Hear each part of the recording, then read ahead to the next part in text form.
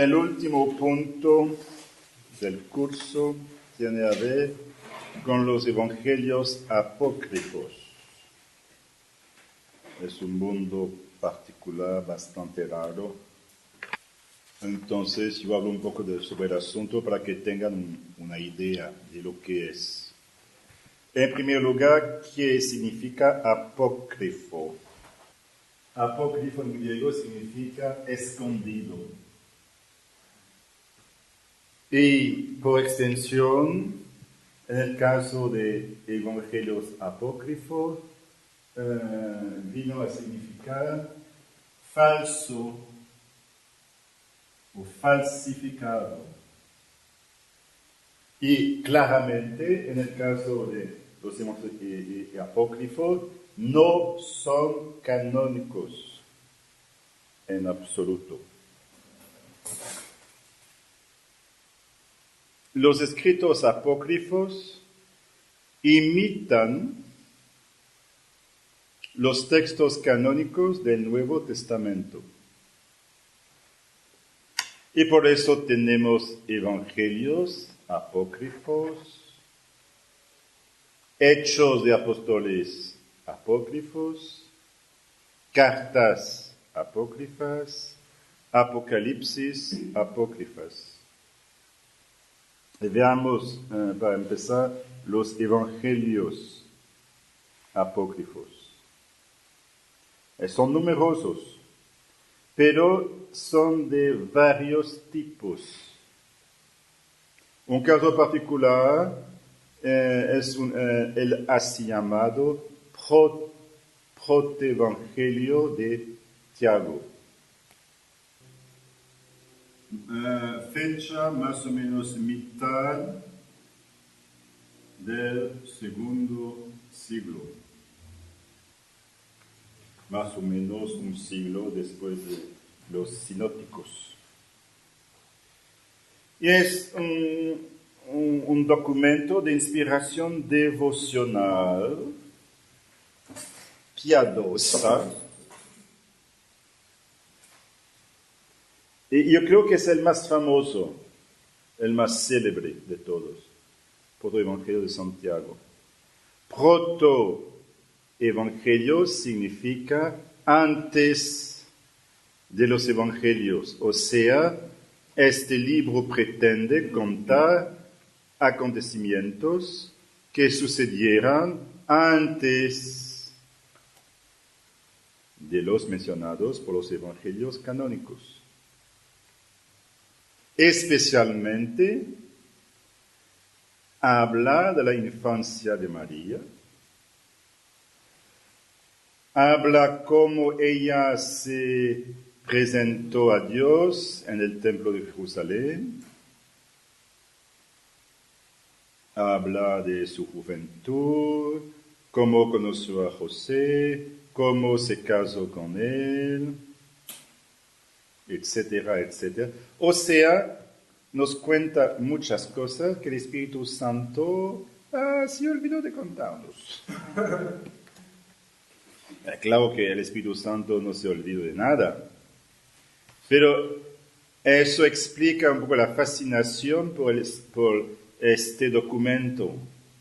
Parece a primera vista completar el Evangelio de la infancia de Mateo y de Lucas. Se presenta como si hubiera sido escrito por Santiago. Pero los exégetas piensan que no puede ser un escrito histórico, por ejemplo, porque parece conocer bastante mal el judaísmo. Sin embargo, es posible que haya conservado algunas tradiciones históricas, pero es casi imposible hacer el discernimiento qué sería histórico y qué no sería histórico. Voy a tomar un ejemplo. La presentación de María en el templo de Jerusalén. Una fiesta que celebramos el 21 de noviembre. muy importante en nuestra comunidad, muy poco importante en la Iglesia Latina. Es una fiesta que viene del Oriente. El Papa Pío V, que era un santo, suprimió la fiesta, pero después un otro Papa, Sixto V, la restableció. En el siglo XVIII se preparaba una reforma del breviario y debían suprimir de nuevo esta fiesta, pero el Papa falleció antes, etcétera, etcétera. Y se nota que en la Iglesia Latina casi no se da ninguna importancia a esta fiesta. Mientras que para el Padre Felipe era una cosa muy importante. La liturgia latina da como título a la fiesta a presentación de María. Punto. Nada más. O sea, el hecho de que María se consagró a Dios en su juventud. Nada más. Ningún detalle de lugar sucedió en el templo cuando precisamente el protoevangelio de Santiago nos cuenta que sucedió en el templo de Jerusalén y María tenía 3 años. Hay un texto muy divertido, las últimas conversaciones de Santa Teresa del Niño Jesús, cuando poco tiempo de su muerte habló de la Santísima Virgen, diciendo, no habría que imaginar tantas cosas para la Santísima Virgen. Por ejemplo, que siendo una niña de 3 años se ofreció en el templo de Jerusalén. No lo creo. Tal vez se fue al templo solo para obedecer a sus padres. Es Santa Teresita que lo dice. Bueno, yo no sé, y nadie lo sabe en la tierra, qué edad tenía María, dónde se ofreció a Dios, en qué contexto, cómo. Pero sucede que esta historia tuvo impacto considerable sobre la iconografía cristiana. Por ejemplo, Fra Angelico, el santo dominico pintor del siglo XV, pintó la presentación de María según el programa de Santiago. Entonces María está subiendo una escalera y encima está el sacerdote esperándola. Es una pintura linda. Y entonces hay bastantes representaciones de este acontecimiento que se fundamentan sobre el protoevangelio de Santiago. La Iglesia solo dice que María se ofreció a Dios. ¿Y cuál es el fundamento histórico? No es el protoevangelio de Santiago, es Lucas. ¿Cómo podrá suceder esto? Yo no conozco a ningún hombre. Yo creo que es el fundamento. María sabía cómo se concebían los niños. Y debía casarse con José algunos meses después. Entonces, ¿por qué dice, no conozco? Porque ella pregunta, ¿y cómo voy a concebir a este niño? Con José, naturalmente. Bueno, no. Entonces, ¿cómo? Y con relación a la edad, 3 años, bueno, yo no sé, es cierto que no voy a comprometerme diciendo sí. La única cosa que digo, no es imposible. Por razón de la madurez humana y psicológica excepcional de la Santísima Virgen. Y hice una pequeña investigación He hallado a varias santas que se consagraron a Dios muy temprano. Santa Teresa de los Andes, 15 años. Una beata Clarissa francesa del siglo XIX, me he olvidado su nombre, 10 años. Estamos acercándonos. Caterina de Siena, pero no sé cuántos años tenía. Santa Maravilla de Jesús, Santa Carmelita española del siglo XX, 4 años. Estando en la hacienda de la familia, un día llamo a Mariquita, que era una de las siervas. Por favor, yo necesito una testiga porque voy a consagrarme a Dios. Y se ofreció a Dios 4 años. Y no hay duda histórica. Mucho más tarde, ella escribió una carta a su director espiritual. Para mí, yo nunca tuve que hacer una elección de vida. Para mí, siempre fue evidente, yo sería monja. Y cuando tenía solo 4 años, me consagré a Dios. Claro que yo no entendía exactamente lo que estaba haciendo, pero yo pensaba, eso es para mí. Es muy interesante. Maravillas lo hizo cuando tenía 4 años.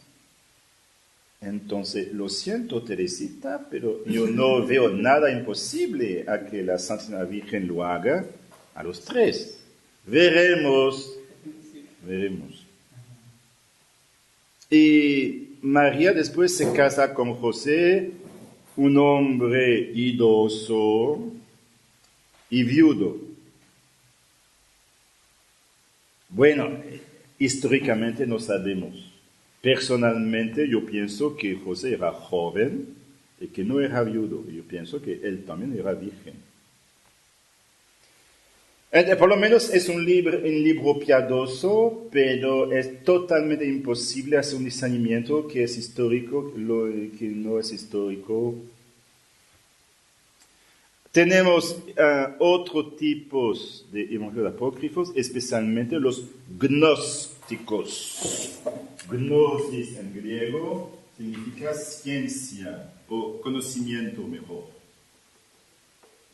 La gnosis entonces subraya la importancia del conocimiento y los evangelios gnósticos nos representan a Jesús que enseña secretos a sus discípulos que no son para toda la gente, etcétera, etcétera.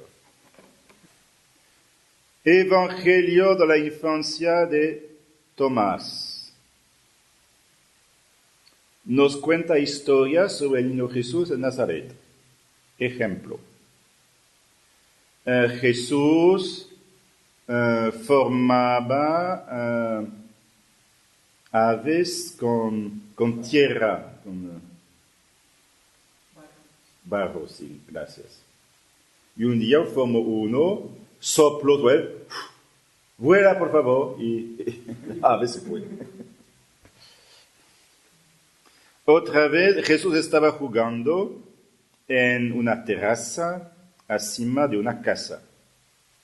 Uno de los niños que jugaban con él cayó de la terraza y falleció. Los padres del niño muerto acusaron a Jesús de ser responsable de la muerte de su niño. Jesús entonces se fue al cuerpo del niño muerto y gritó, Zenón, así era el nombre del muchacho, Zenón, levántate, dime, ¿acaso soy yo que te hizo caer? El niño se levantó, no, Señor, usted no me hizo caer, pero usted me resucitó. Y los testigos fueron espantados. Los padres del niño muerto glorificaron a Dios por razón del milagro y adoraron a Jesús.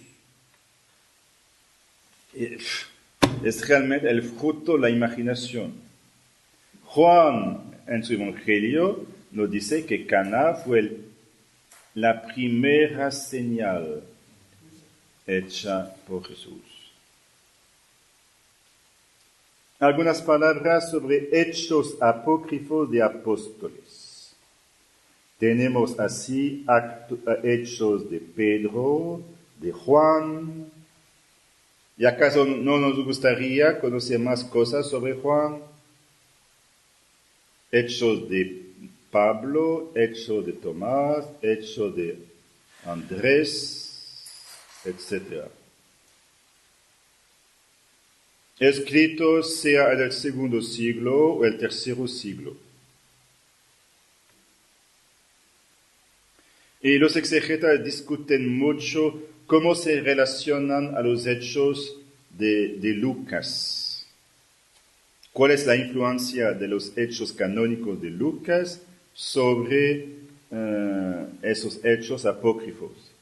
Pero en general, los hechos apócrifos se concentran en un solo apóstol: Pedro, Pablo, Juan. En general empiezan en un momento decisivo de la vida del apóstol, como por ejemplo la designación de la área que él tiene que evangelizar. Muchas veces sucede el mismo acontecimiento: el apóstol convierte a una mujer y ella después rechaza compartir la cama. Compartir la cama de su esposo. Entonces el marido quiere vengarse del apóstol. Y en general la cosa termina con la relación del martirio del apóstol. Veamos el caso particular de los hechos de Pablo. Es imposible hacer una correlación estrecha entre los viajes apostólicos de Pablo en Lucas y los que hace Pablo en los hechos apócrifos. Casi todo es distinto. Ya dije ayer, cuando hablé de la pseudepigrafía, que fueron escritos por un presbítero de Asia, según el testimonio de Tertuliano. Una historia que encontramos en los hechos de Pablo. Es Pablo que está hablando. Cuando vino la tarde, yo dejé la comida ofrecida por Lema la viuda y su hija Amnia, y al amanecer surgió un león enorme, con mucho hambre.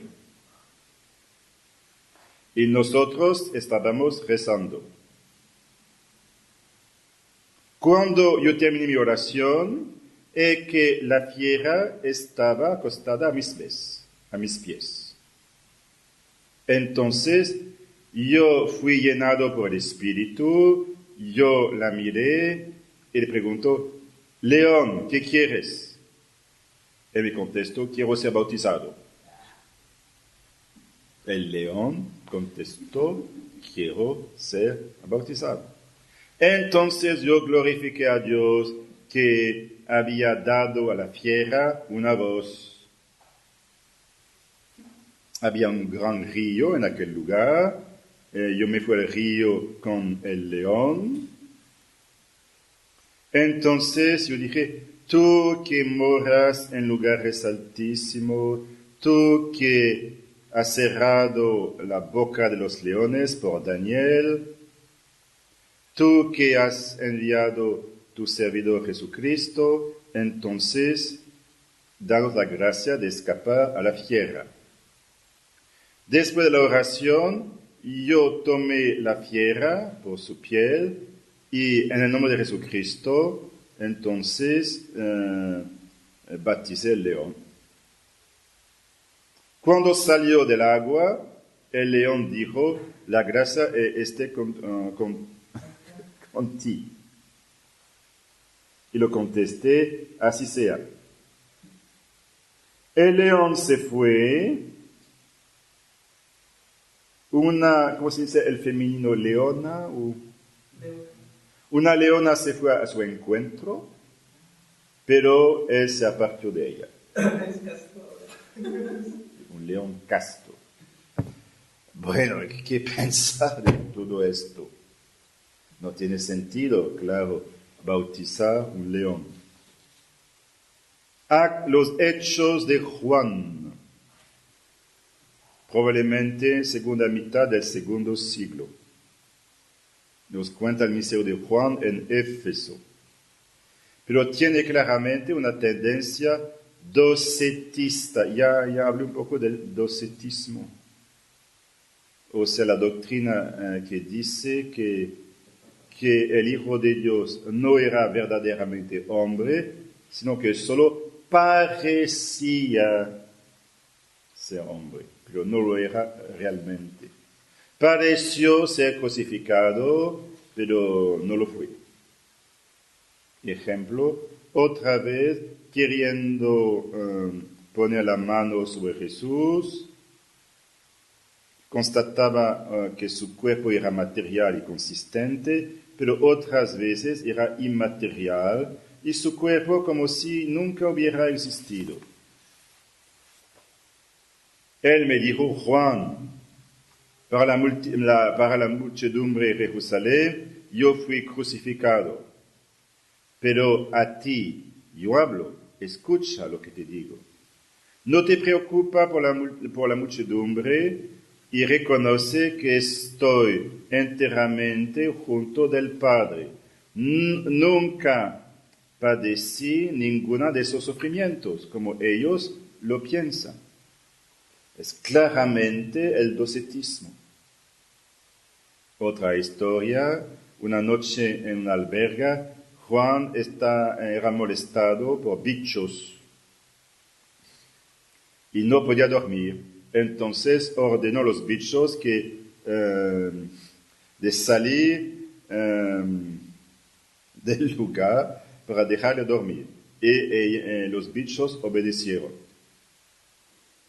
La mañana siguiente, Juan autorizó a los bichos a retomar el lugar.